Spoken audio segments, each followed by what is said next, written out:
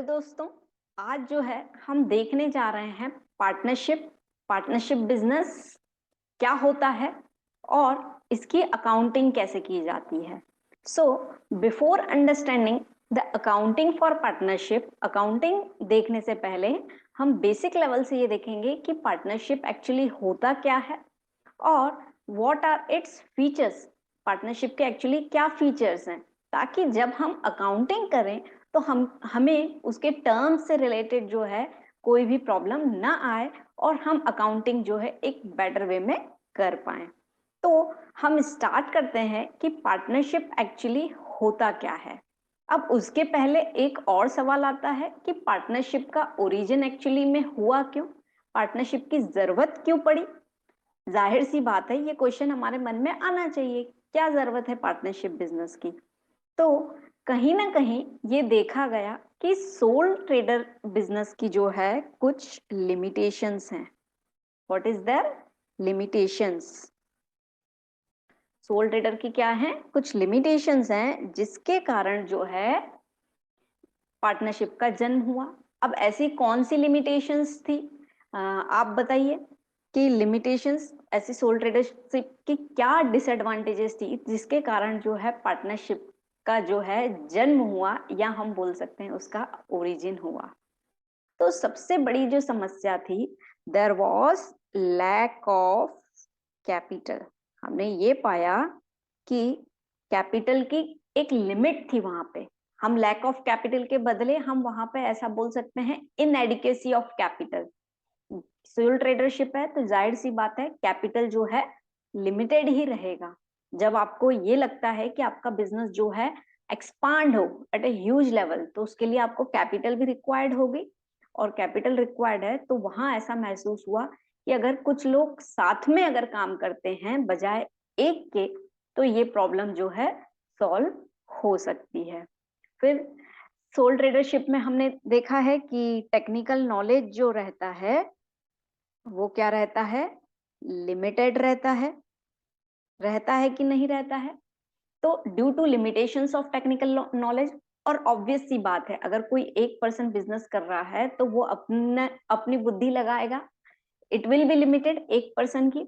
अगर हम बात करें कुछ साथ में लोग मिलकर अगर बिजनेस कर रहे हैं और वो बिजनेस को एक्सपांड कर रहे हैं, देन डेफिनेटली सबकी अलग अलग स्किल्स होंगी और बिजनेस जो है एक बेटर वे में फॉर्म होगा। अगर इसको हम अपना एग्जांपल लेके देखें तो जब हम सिंगल बैठ के पढ़ाई करते हैं और जब हम ग्रुप के साथ बैठ के पढ़ाई करते हैं, तो हम देखते हैं जब हम ग्रुप के साथ बैठकर पढ़ाई करते हैं तब जो है हम कंसेप्ट को और अच्छे से समझ पाते हैं, है ना, क्योंकि सबके अलग अलग तरीके रहते हैं जो हमारे सामने आते हैं और हमें एक बेटर विजन मिलता है टॉपिक को समझने के लिए। तो सेम फॉर अ पार्टनरशिप। हाँ, रिस्क की बात करें सोल ट्रेडरशिप में तो रिस्क जो है बहुत ज्यादा हाई होती है। तो रिस्क को डिस्ट्रीब्यूट करने के लिए भी जो है पार्टनरशिप का जन्म हुआ कि रिस्क हाई है, अगर ज्यादा लोग रहेंगे तो डेफिनेटली जो है वो रिस्क जो है क्या हो जाएगी, डिस्ट्रीब्यूट हो जाएगी। और लाइबिलिटी की बात करें तो सोल ट्रेडरशिप में लाइबिलिटी जो है अनलिमिटेड होती है, पूरी की पूरी उस पर्टिकुलर पर्सन के पास रहती है, जितनी भी लाइबिलिटी होती है डेट पे करने की। तो अगर एक से ज्यादा लोग बिजनेस करेंगे तो ये भी जाहिर सी बात है कि क्या रहेगा, लाइबिलिटी जो है आपस में डिस्ट्रीब्यूट हो जाएगी। तो ये तो अभी हमने ये देख लिया कि पार्टनरशिप का ओरिजिन कैसे हुआ, है ना, पार्टनरशिप का जन्म कैसे हुआ। अब पार्टनरशिप एक्चुअली होता क्या है, तो अब हम उसको भी समझ लेते हैं कि पार्टनरशिप एक्चुअली होता क्या है। सो जब दो या दो से अधिक लोग जो हैं बिजनेस स्टार्ट करते हैं किसी लॉफुल पर्पस के लिए, उसे हम सिंपल वर्ड्स में क्या कहते हैं, पार्टनरशिप। ओके, क्या हम इसको लिख सकते हैं क्या? आप भी लिखिए ताकि आपको जो है एक बेटर विजन मिल सके। ठीक है, व्हेन टू और मोर persons join together,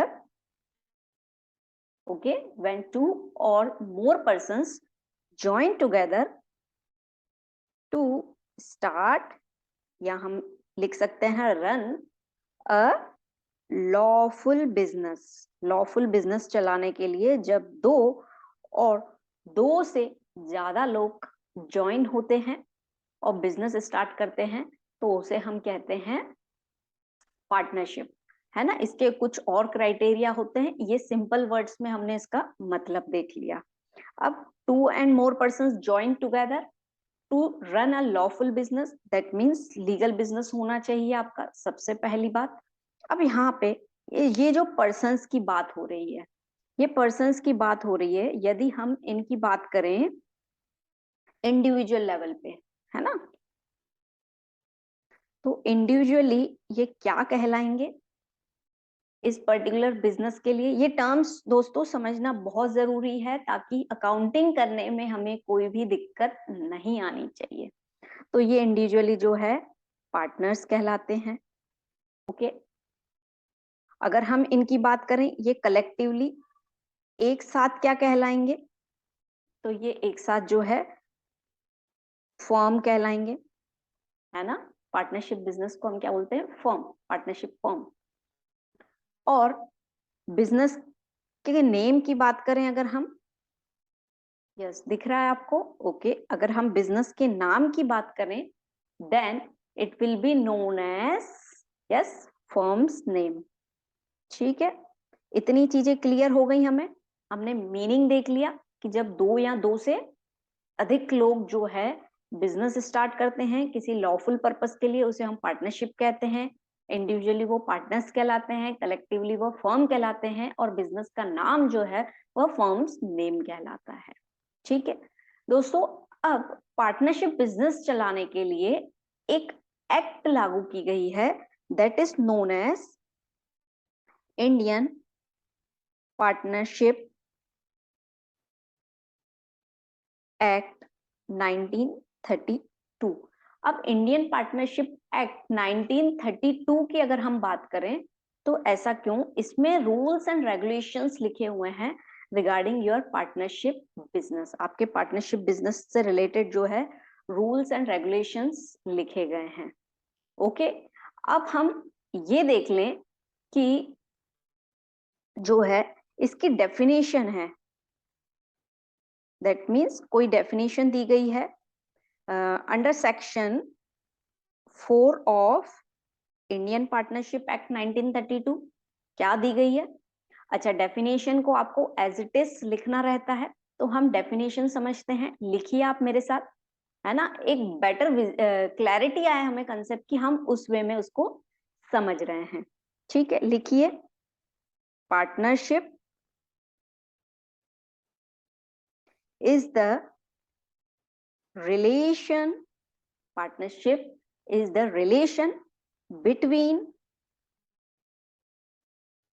the persons, partnership is the relation between the persons who have agreed to share profits of a business। ठीक है, लिखा आपने, partnership is the relation between persons who have agreed to share profits of a business carried on by all or any of them acting upon for all। हमने definition क्या देखी, partnership is the relation between the persons. Partnership क्या है, एक relation है, किनके बीच में, लोगों के बीच में, who have agreed to share profits, जो एग्री हुए हैं प्रॉफिट्स शेयर करने के लिए बिजनेस में, carried on by all, या तो वो सभी के द्वारा चलाया गया हो, या और any of them acting upon नहीं आएगा यहाँ पे, acting for all। ये हो गई हमारी पार्टनरशिप की डेफिनेशन। दोस्तों डेफिनेशन एज इट इज लिखी जाएगी जैसे कि आपके इंडियन पार्टनरशिप एक्ट में दी गई है। ठीक है, अब हम इसका मतलब समझे डेफिनेशन का, ये क्या कहना चाह रहा है, और बहुत आसान है। ओके, और इसको लिखना भी चाहिए आपको एग्जाम में। यस, क्यों लिखना चाहिए? ये एक बेटर इंप्रेशन देगा कि आपको जो है अच्छे से डेफिनेशंस भी पता है। दैट मीन्स आपको कंसेप्ट के बारे में, टॉपिक के बारे में पूरा नॉलेज है। ठीक है, अब हम देखें, partnership is the relation between the person. Partnership क्या है? एक रिलेशन है लोगों के बीच में, हु हैव एग्रीड, जो एग्री किए गए हैं कि वो क्या करेंगे, to share the profits of a business, वो बिजनेस के प्रॉफिट को शेयर करेंगे। Okay, carried on by all, या तो वो सभी के द्वारा चलाया जा रहा हो, या फिर any of them acting for all, या उनमें से कुछ लोग जो हैं उस पर एक्ट कर रहे हो। दैट मीन्स कुछ पार्टनर्स हैं तो वो बिजनेस चला रहे हैं और बाकी के पार्टनर्स जो हैं वो उस पर एक्ट नहीं कर रहे हैं। इसका मतलब क्या होता है हम आगे इसके फीचर्स में देखते हैं। ठीक है, इतना क्लियर हो गया दोस्तों कि पार्टनरशिप क्या होता है, तो हमने बहुत अच्छे से उसको समझ लिया। तो अब हम इसके फीचर्स समझते हैं कि पार्टनरशिप के फीचर्स क्या होते हैं। अब फीचर्स जो हैं आपको अलग अलग नाम से आ सकते हैं, जैसे कि कैरेक्टरिस्टिक्स के नाम से पूछा जा सकता है। फिर एक मैंने आपको बताया फीचर्स, और भी नाम हो सकते हैं essential elements, nature of partnership, qualities of a partnership business. इससे रिलेटेड आपको कभी भी क्वेश्चन आता है तो हमें यही चीजें मेंशन करनी रहती है। ओके, अब पार्टनरशिप में हम सबसे पहले अगर बात करें एग्रीमेंट की, तो पार्टनरशिप जो है एक म्यूचुअल एग्रीमेंट के ऊपर डिपेंड करता है कि आपस में आपने क्या रूल्स एंड रेगुलेशंस बनाए हैं। बिल्कुल आप बना सकते हैं। अब ये एग्रीमेंट कैसे होना चाहिए, तो इस एग्रीमेंट को या तो आप ओरली भी बना सकते हैं या फिर आप रिटर्न में भी बना सकते हैं। अब मेरा यहाँ पे एक क्वेश्चन आपसे है कि क्या बेहतर रहेगा, ओरल और return? So the return agreement will be better, है ना। लिखित में अगर जो बात है तो वो हमें हमारे पास हमेशा एज अ प्रूफ रहेगी। ठीक है, ये हो गया इसका पहला फीचर। अब बात करें हम इसकी number of members. Number of members जो हैं कितने होते हैं पार्टनरशिप बिजनेस में, तो मिनिमम की बात करें अगर हम, तो मिनिमम होते हैं 2, एंड मैक्सिमम की अगर बात करें तो मैक्सिमम होते हैं 50। ठीक है, अब ये जो मैक्सिमम 50 होते हैं इसके लिए सेक्शन 464 कंपनीज एक्ट का बना है। कंपनीज एक्ट, यस, अभी कंपनीज एक्ट कौन सी चल रही है, अमेंड होके, दैट इज 2013। उसमें भी मैक्सिमम लिमिट ऑफ पार्टनर्स जो है 50 है। ठीक है, और इसके अलावा एक रूल है, रूल 14 ऑफ कंपनीज, है ना, जो 2014 में आया था। सॉरी, रूल 14 नहीं है, कंपनीज का रूल में जो है 2014 में एक रूल आया था, उसमें भी जो है मैक्सिमम नंबर ऑफ पार्टनर्स जो हैं 50 बताए गए हैं। तो अब हमें ये याद रखना है कि मिनिमम 2 मेंबर्स एंड मैक्सिमम जो है 50 मेंबर्स। अब क्या ये याद करने की हमें जरूरत है क्या? अगर आपको पता रहता है आपके नॉलेज लेवल पे, देन इट्स ग्रेट। इसलिए आपको पता होना चाहिए। ठीक है, अब हम बात करें कि मेंबरशिप की बात करें, तो पार्टनरशिप बिजनेस जो है कौन कर सकता है, तो ये सिर्फ इंडिविजुअल्स कर सकते हैं। इंडिविजुअल्स कर सकते हैं। Then what does it means? That means कोई इंस्टीट्यूट आपस में पार्टनरशिप बिजनेस नहीं कर सकती है ना। कोई कंपनी आपस में पार्टनरशिप बिजनेस नहीं कर सकती है, सिर्फ इंडिविजुअल ही पार्टनरशिप बिजनेस कर सकते हैं। लायबिलिटी की बात करें हम यहाँ पे अगर, तो लायबिलिटी जो है पार्टनर्स की कैसी होती है? अनलिमिटेड होती है। अनलिमिटेड होती है, दैट मीन्स पार्टनर्स जो हैं पर्सनली लायबल हो जाएंगे डेट को पे करने के लिए अगर उनके पास अवेलेबल अमाउंट नहीं है।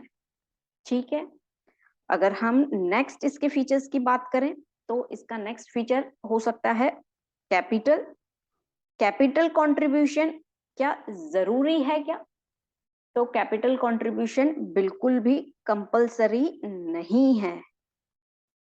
यस, कंपलसरी नहीं है। ऐसा क्यों?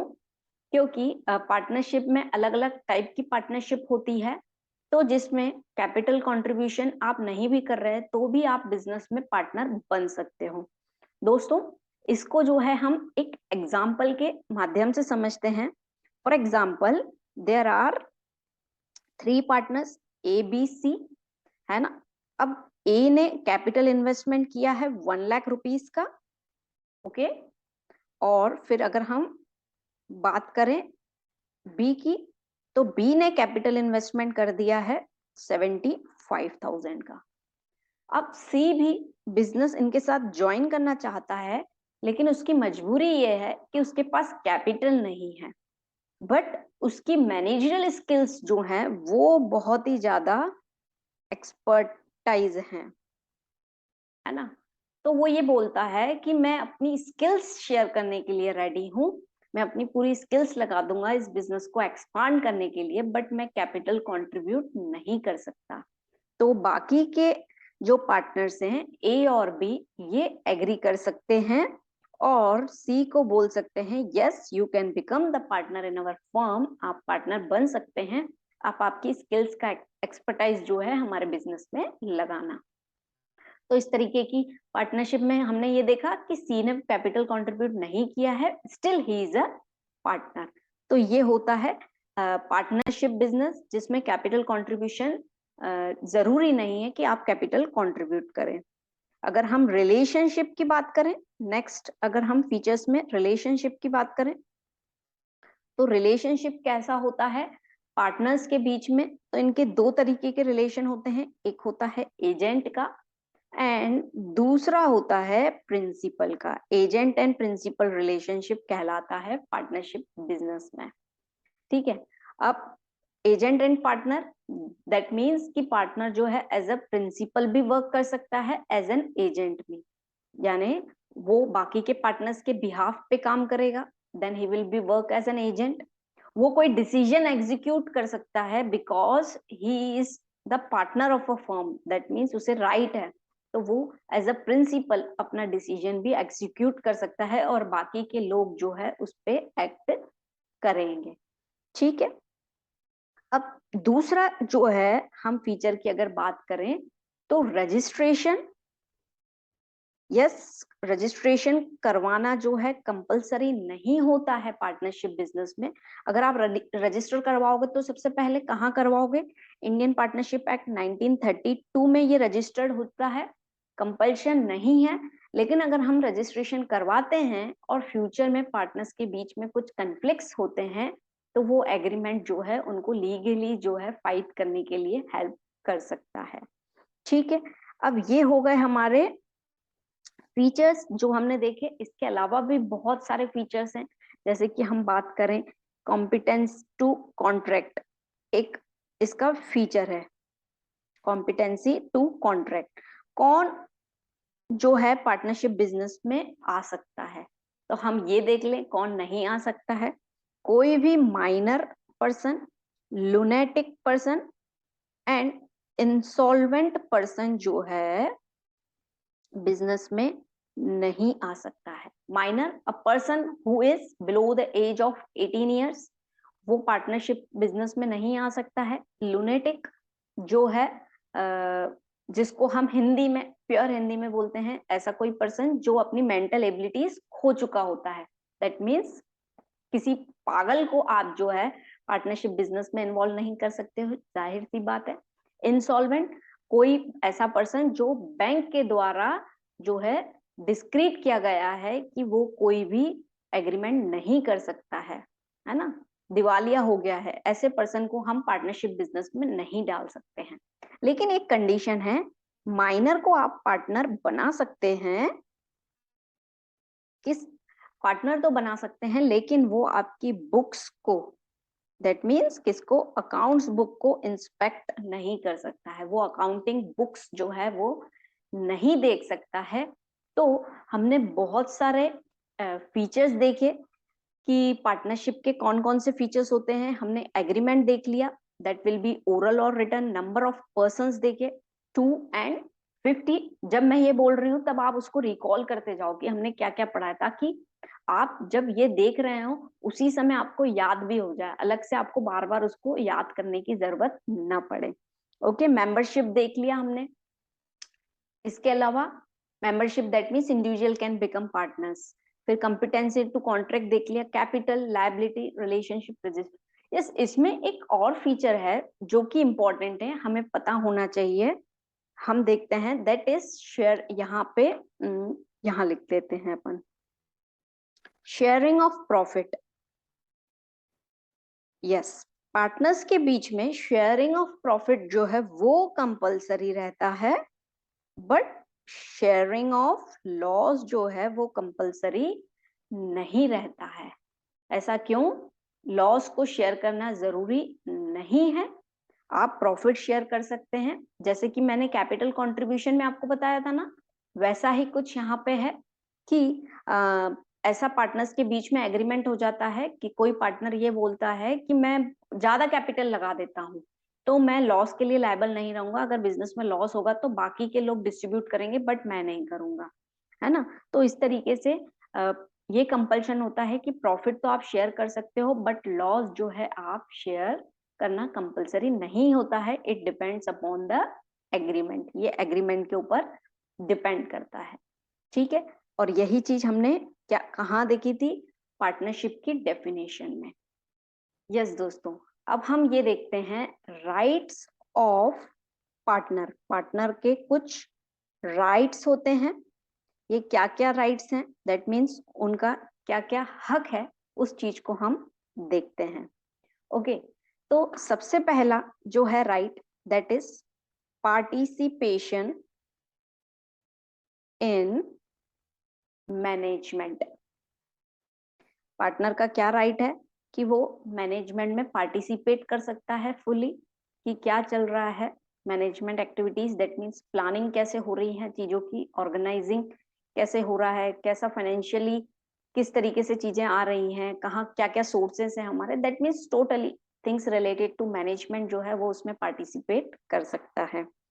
दूसरी अगर हम बात करें पार्टनर के राइट की, तो उसको ये राइट है, राइट टू बी कंसल्टेड, कि वो जो है उसको कहीं दिक्कत है कि ऐसा क्यों हो रहा है बिजनेस फॉर्म में, तो वो कंसल्ट कर सकता है बाकी के पार्टनर्स के साथ, उसको पूरा राइट है, वो जानकारी ले सकता है।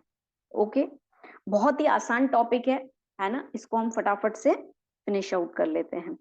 राइट टू अगर हम बात करें तो इंस्पेक्शन का उसको राइट है, किस चीज का इंस्पेक्शन कर सकता है? वो ये देख सकता है बुक्स ऑफ अकाउंट्स चेक कर सकता है, जितनी भी बुक्स हैं, अगर उसको डाउट है कहीं पे तो उसको वो जो है चेक कर सकता है, ठीक है। नेक्स्ट है राइट टू शेयर प्रॉफिट या फिर लॉस। उसको ये हक है कि वो प्रॉफिट और लॉस जो है वो शेयर करें। अगर उसको किसी कारण से एग्रीमेंट में लिखा है कि उसका जो है रेशियो जो है सपोज 2/3 है, तो उसको वो राइट है कि उसे वो मिलना चाहिए। अगर वो नहीं मिल रहा है देन ही, ये उसका राइट है, he can claim for this. Okay, फिर हम बात करें इंटरेस्ट ऑन लोन, ये सबसे इंपॉर्टेंट है। Interest on loan advance to firm by partner.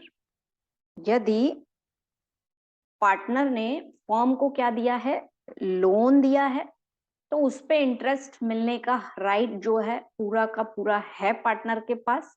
हाँ, इस पे रेट की अगर हम बात करें तो ये जैसा एग्रीमेंट में होगा उस तरीके से रेट अप्लाई हो जाएगा, कि जो लोन आपने एडवांस दिया है फर्म को, तो फर्म जो है आपको उसके बिहाफ पे क्या देगी, इंटरेस्ट देगी। ऐसा नहीं कि आप पार्टनर है तो फ्री में आप लोन देंगे तो आपको कुछ भी उसके बिहाफ पे नहीं मिलेगा, आपको रेट ऑफ इंटरेस्ट जो है वो चार्जेबल रहेगा, जो एग्रीमेंट में डिसाइडेड होगा।